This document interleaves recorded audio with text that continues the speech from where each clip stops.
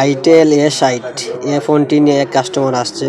ওনার ফোনের সমস্যা হইলো ওনার ফোনে চার্জ হয় কিন্তু চার্জ জমা হচ্ছে না, 1%-এর উপরে চার্জ জমা হয় না।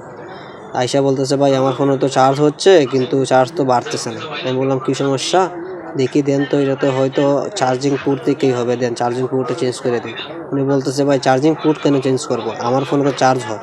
আমার চার্জ ভাই হয় কিন্তু অনেক সময় চার্জিং পোর্টগুলো ড্যামেজ হয়ে যায়, এইগুলার লাইনগুলো ড্যামেজ হয়ে যায়, যার কারণে আপনার ভোল্টেজগুলো ঠিকমতো পায় না, তার যার জন্য ব্যাটারিতে চার্জ জমা হয় না। তারপরে উনি বুঝতেছে না, বলে ভাই চার্জিং পোর্ট কেন চেঞ্জ করবেন, চার্জিং পোর্ট চেঞ্জ করা ছাড়া দেখেন অন্য কোনোভাবে আপনি পারেন কিনা। এখন যে ধরনের কাস্টমার ওকে এই ধরনের বোঝানো লাগবে, বাবা আছে দেন ভাই আপনার কাজটা আমি করে দিই, আপনার চার্জ জমা হওয়ার তো কথা, আমি চার্জ জমা করে দিতেছি, আপনার কাজটা আমি করে দিই। তো বললো দেন, তো বললো কত দেওয়া লাগবে, বললাম যে অত দেওয়া লাগবে, দিলাম। তারপর উনি আমাকে দিল, আমি কাজটা করে দিলাম, দিয়া ওনার কাজটা দেখতেছি, ফলো করলাম, চেক করলাম সবগুলো ওকে আছে।